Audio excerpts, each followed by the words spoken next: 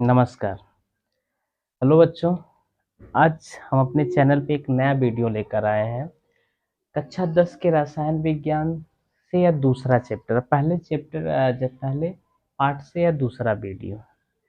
और पहले पार्ट में हमने रसायन विज्ञान के सब बारे में हमने डिस्कस किया, कितने प्रकार के होते हैं, रासायनिक अपक्रिया, परिवर्तन, ये सब। अब हम बात करेंगे कि संतुलित रासायनिक समीकरण क्या होते हैं और असंतुलित रासायनिक समीकरण क्या होते हैं। सबसे पहले हम इसकी परिभाषा पढ़ेंगे, फिर हम आपको एग्जाम्पल बताएंगे कि कितने एग्जाम्पल है जिसको असंतुलित रासायनिक समीकरण मिले उसे हम संतुलित कर सकते हैं। याद रखिएगा, ये एग्जाम में हमेशा पूछता है। तो चलिए हम बात करते हैं और आप अच्छे से अपना नोट्स बनाइएगा। तो हम बात करने वाले हैं, सबसे पहले हम बात करते हैं कि संतुलित रासायनिक समीकरण क्या होता है। तो आपको पता है कि हमने बहुत पहले से हम जानते हैं कि हमारे पास एक तुला तराजू होता है। उस तराजू में हम देखते हैं कि दो पलड़े होते, एक इधर एक इधर। अगर वह दोनों पलड़े समान है, बराबर है, तो हम कहेंगे यह संतुलित। अब कोई नीचे और कोई ऊपर हो तो कहेंगे कि यह बराबर नहीं। आज हम इसी के बारे में बात करेंगे कि कैसे बराबर नहीं है तो उसे हम कैसे बराबर करते हैं, दुकानदार उसे कैसे बराबर करके हमको देता है। सबसे पहले हम संतुलित रासायनिक समीकरण की बात करते हैं। तो इसकी परिभाषा, यह एक रासायनिक समीकरण है। तो याद रखिएगा, इसमें एक तीर, ये जो सिंबल है तीर, इसको हम देखते हैं। इससे पीछे और इसके आगे, इसके पीछे हमेशा अभिकारक होता है और इसके आगे हमेशा उत्पाद होता है। तो हम कहते हैं कि जब रासायनिक अपक्रिया के दोनों तरफ, पहला और दूसरा, एक आगे की तरफ है और दूसरा पीछे की तरफ है, जब रासायनिक अपक्रिया के दोनों तरफ परमाणुओं की संख्या क्या हो, समान हो, तो इसे हम कहते हैं संतुलित रासायनिक समीकरण। क्या बताया गया भाई कि जब रासायनिक अभिक्रिया में या किसी भी रासायनिक अभिक्रिया के दोनों तरफ, एक इस तरफ भी और आगे की तरफ भी, किसकी संख्या समान हो, परमाणुओं की संख्या समान हो, तो उसे हम कहते हैं संतुलित रासायनिक समीकरण। असंतुलित रासायनिक समीकरण की परिभाषा हम कैसे देंगे कि जब रासायनिक अपक्रिया के दोनों तरफ परमाणुओं की संख्या क्या हो, असमान हो। देख लीजिए, परिभाषा आपके सामने बिल्कुल स्पष्ट हो गया।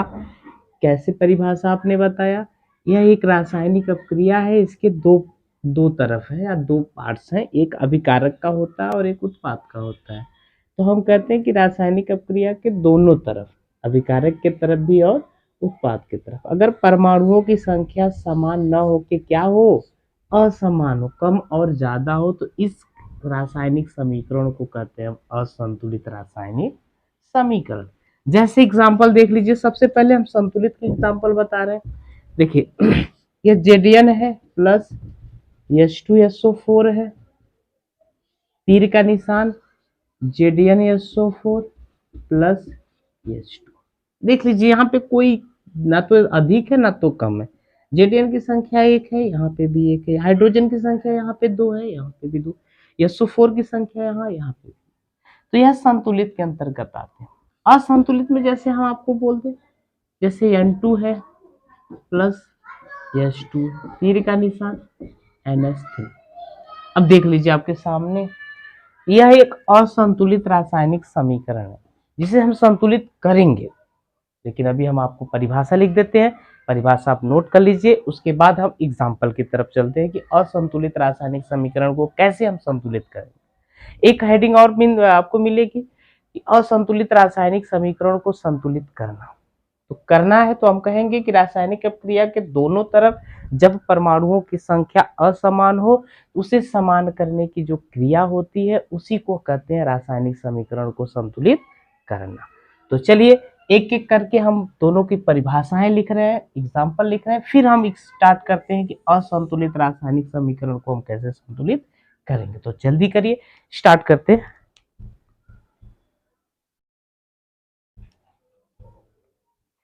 चलो बच्चों देख लीजिए, आपके लिए हमने परिभाषा लिख दिया और इसके एग्जाम्पल लिख दिया। अब ध्यान से इस परिभाषा को आप नोट कर लीजिए, एग्जाम्पल लिख लीजिए। यहाँ पे हमने केवल एक एग्जाम्पल दिया। अब हम शुरू करते हैं सबसे कैसे आप बहुत ही आसान तरीके से कम समय में आप किसी भी रासायनिक अपक्रिया को संतुलित कर सकते हैं। कक्षा 10 में जो इम्पोर्टेंट है हम सब बताएंगे। तो चलिए स्टार्ट करते हैं, इसे नोट कर लीजिए। अब हम स्टार्ट करते हैं इसकी एग्जाम्पल।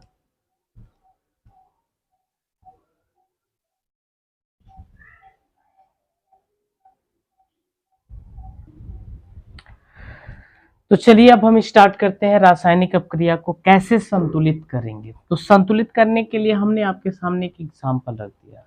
अब इस एग्जाम्पल को आप ध्यान से देखें कि ये जो रासायनिक अपक्रिया है इसके दोनों तरफ किस परमाणुओं की संख्या कम है और किस परमाणु की संख्या अधिक है। तो सबसे पहले हम नाइट्रोजन को देखते हैं। तो हमने नाइट्रोजन को देखा तो हमको यह दिखाई दिया कि इस तरफ रिएक्शन की इस तरफ नाइट्रोजन की संख्या 2 है और रिएक्शन के इस तरफ नाइट्रोजन की संख्या 1 है। तो आपको पता है 1 है तो इस साइड 2 है, इधर भी तो 2 होना चाहिए। और हाइड्रोजन की संख्या यहाँ 3 है और यहाँ हाइड्रोजन की संख्या 2 है। बैलेंस ना तो हाइड्रोजन है ना ही ऑक्सीजन है।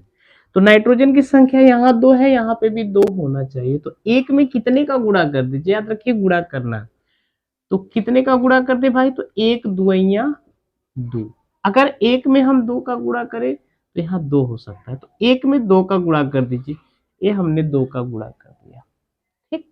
अब यहाँ से नाइट्रोजन की संख्या तो कितनी हो गई 2, परंतु हाइड्रोजन की संख्या कितनी हो गई 3 दूना 6।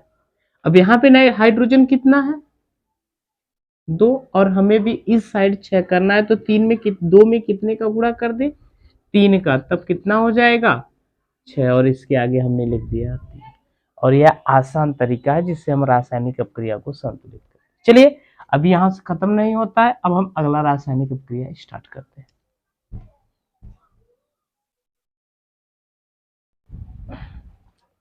अब हमारे पास तो और एग्जाम्पल है, हम बहुत सारे एग्जाम्पल बताएंगे। चलिए अब इसको फटाफट एग्जाम्पल करते हैं। अब हाइड्रोजन की संख्या जैसे हमने बताया कि हाइड्रोजन की संख्या यहाँ 2 है, यहाँ पर भी 2 है। देखिए यहाँ पे तो सिमिलर है। ऑक्सीजन की संख्या यहाँ 2 है और ऑक्सीजन की संख्या यहाँ 1 है। अब 1 में यहाँ पे भी हमको 2 करना है। तो 1 में कितने का गुणा कर दे कि 2 हो जाए, 2 का गुणा करना है। अगर हम इसके नीचे 2 लगाएंगे तो ये जल से इसका नाम चेंज हो जाएगा, तब ये हाइड्रोजन परऑक्साइड हो जाता है। तो हम इसके आगे 2 लगा देते हैं। लगा दिया आपने 2, अब यहाँ पे 2 हो गया। लेकिन यहाँ जैसे ही 2 लगा दिए तो हाइड्रोजन की संख्या, अब हाइड्रोजन से भी 2 का गुणा हो जाएगा। तो 2 और 2 दूना 4 हो गया। नीचे 2 ऊपर 2, 2 दूना 4। तो इस हाइड्रोजन के पास भी हमें 4 करना है। तो 2 में कितने का गुणा कर देंगे 2 का, और यह रासायनिक अपक्रिया संतुलित हो जाएगा। चलिए अब यहाँ पे देख लेते हैं दूसरा रासायनिक अपक्रिया क्या है भाई, Ag2O, तीर का निशान Ag+O2 है। ध्यान से देखिए, आप कर सकते हो कि Ag की संख्या तो यहाँ पे 2 है और Ag की संख्या यहाँ पे 1 है। ऑक्सीजन की संख्या यहाँ पे 2 है और ऑक्सीजन की संख्या यहाँ पे 1 है। अब हमने वही बताया है कि गुणा कर दीजिए।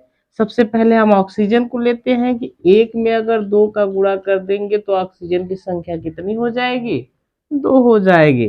तो तुरंत हम आगे कितने का गुणा कर देते हैं 2 का। लेकिन याद रखिए जैसे हम आगे 2 लगाते हैं, अब यह सिल्वर पहले ही 2 था, अब 2 और आ गया, कितना हो गया 4 हो गया। तो अब यहाँ पे भी हमको क्या लगा देना है 4 लगा देना है। तो ऑक्सीजन 2 और ये जो आपका सिल्वर है वह 4 हो गया। तो देख लीजिए बहुत ही आसान है। चलिए अब मिटाकर हम इसको तुरंत दूसरा अगला एग्जाम्पल करते हैं। चलो बच्चों तो अब स्टार्ट करते हैं अगला एग्जाम्पल। आपके पास 3 एग्जाम्पल हमने लिख दिया है। शुरू हम पहले एग्जाम्पल से करते हैं। यहाँ पे Na की संख्या 1 है प्लस इसके साथ देखो H2 है। अब यहाँ से देखिए Na की संख्या बराबर 1, यहाँ पे भी Na की संख्या बराबर 1।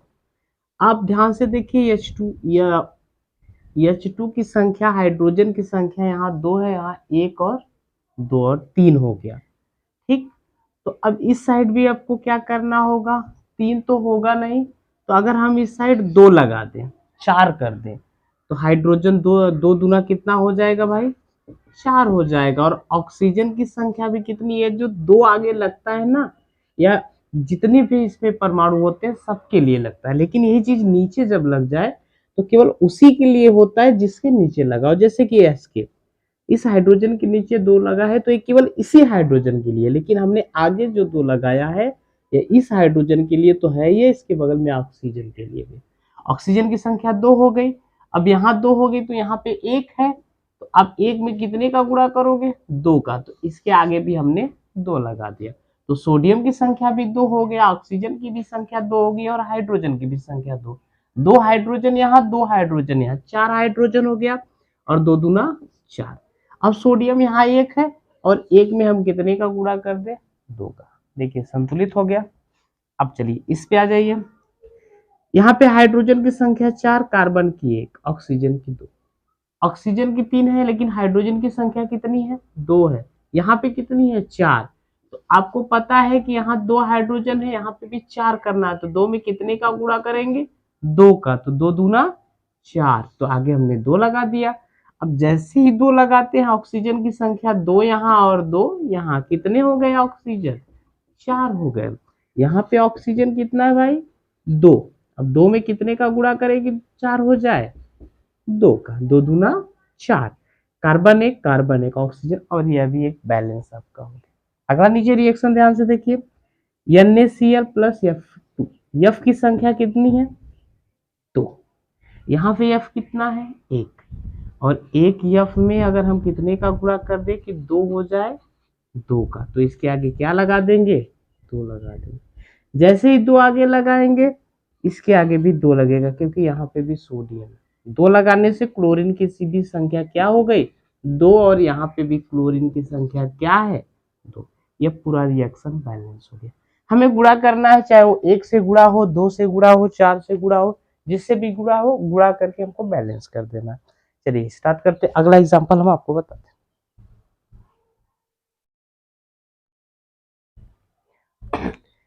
अब आपके पास और 4 हैं, हम ज्यादा से ज्यादा एग्जाम्पल करेंगे। चलिए अब अगले एग्जाम्पल की तरफ चलते हैं। देखिए अगले एग्जाम्पल बहुत ही इंटरेस्टिंग है, अब धीरे धीरे हम कठिन की तरफ बढ़ेंगे। यह कार्बन यहाँ पे 1 है, और यहाँ पे कार्बनों की संख्या है 6, तो यहाँ पे भी 6 होनी चाहिए। तो 1 में कितने का गुणा कर दे कि 6 हो जाए, तो 1 में अगर हम 6 का गुणा करते हैं तो 6 हो जाएगा। हाइड्रोजन की संख्या कितनी है यहाँ पे, 12, तो 2 हमारे पास है, यहाँ पे कितने का गुणा कर दे भाई, तो 2 में अगर हम 6 का गुणा कर देंगे तो 12 हो जाएगा। यानी यहाँ पे भी कितने है, कितने का गुणा होगा, 6 का। अब ध्यान से देखिए, हाइड्रोजन 6 दूना 12, ठीक, कार्बन 6, परंतु अभी ऑक्सीजन रह चुका है, तो ऑक्सीजन यहाँ नीचे 2 है, ऊपर है, तो 6 दूना 12 यहाँ पे हो गया, और 6 यहाँ पे, कितने हो गए टोटल, 18। यहाँ पे कितने हैं, 6 और 2 8, तो यहाँ पे 2 है, 2 में कितने का गुणा करें कि 12 हो जाए, 6 का, तो 12 यहाँ से 6 यहाँ का, तो हम 2 का गुणा करेंगे 6 में तो हो जाएगा 12।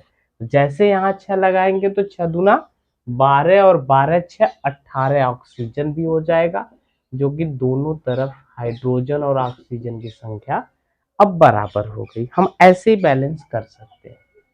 नीचे देखिए एग्जाम्पल, ऑक्सीजन की संख्या यहाँ 3 है, क्लोरीन की संख्या 1, और इसकी संख्या भी, तो 3 को बैलेंस करना बहुत मुश्किल होता है, तो इसलिए हम यहाँ पे 2 रख देते हैं। तो 3 का दूना कितना हो गया, 6 हो गया, याद रखिएगा। अब यहाँ पे भी ऑक्सीजन हमको 6 करना है, तो 2 में कितने का गुणा कर देंगे भाई, 3 का, तो 6 हो गया, तो इसके आगे हमने 3 लगा दिया।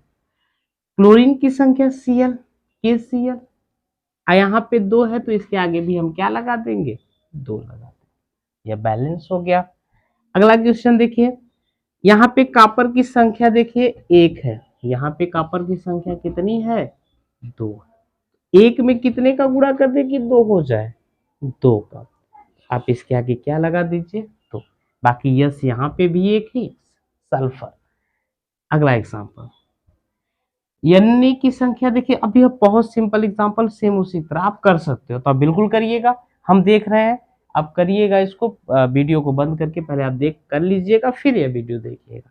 तो देख लीजिए, Na की संख्या यहाँ 2 है और यहाँ Na की संख्या 1, ऑक्सीजन की संख्या यहाँ 1 है और यहाँ 2।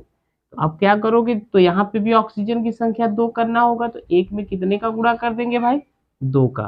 तो सल्फ सोडियम कितना हो जाएगा, 2 दूना 4। और यह देखिए रासायनिक अपक्रिया संतुलित हो गई। फिर हम आपको आगे एग्जाम्पल बताते हैं।